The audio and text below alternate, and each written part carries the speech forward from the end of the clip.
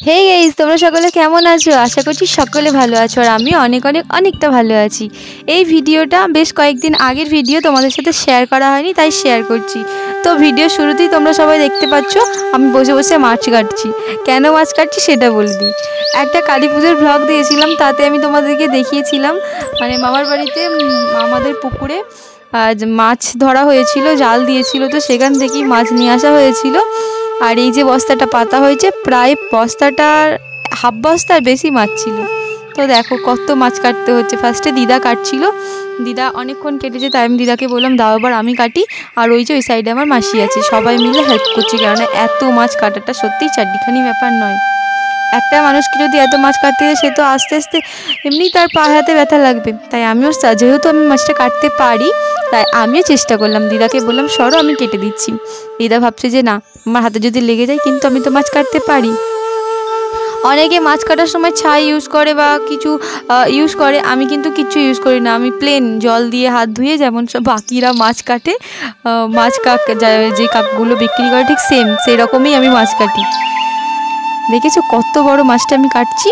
আর এই যে এই সাইডেও মাছগুলো আছে, সব মাছগুলো কাটতে হবে। আর ওই সাইডে আছে আমার একটি বোন, সে মাছ ধুচ্ছে, আমরা কেটে কেটে দিচ্ছি আর ও ধুচ্ছে। কেননা এত মাছ একা একা করা সম্ভব নয়, দুজনে মিলে করাও সম্ভব নয়। অনেকে ছিল, অনেককে দেখানো হয়নি, যত পেরেছি ততটা দেখিয়েছি। সবাই মিলে টুকটাক করে কাজ করছিল।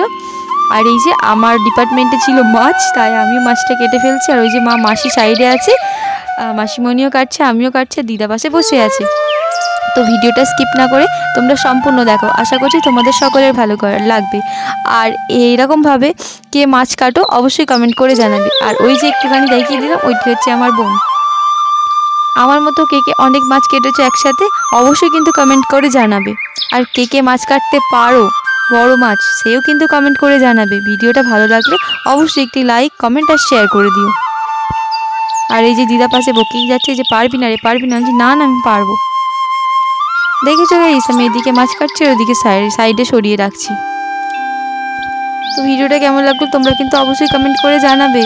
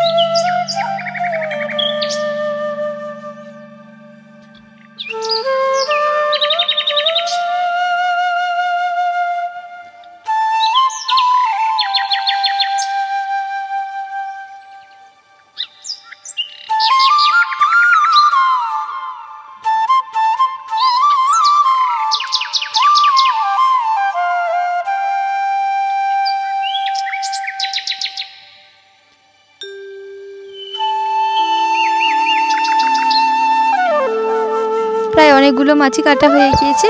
আর ওই সাইডে দাদা আছে, ভাই আছে, সবাই মিলে আমাকে রাগাচ্ছে, বলছে মাছের ভিডিওটাও তুলে রাখতে হবে। আমি বলছি অবশ্যই, আমি যে কাজগুলো করি তোমাদের সাথে সব কিছু শেয়ার করি, তাই এটাও শেয়ার করলাম। আর এই যে এবার ওরা বলছে পেটি কাট, পেটি খাবো, তো সেই জন্য পেটি মাছটাও কাটার চেষ্টা করছি। এবার ওই সাইডে তো ওরা বকেই যাচ্ছে, আমি আর মাসি তাও আস্তে আস্তে মাছ কাটার চেষ্টা করছি। আর ওরা যাবতীয় যে যার মতন করে কমেন্ট করছে আর আমাকে রাগাচ্ছে।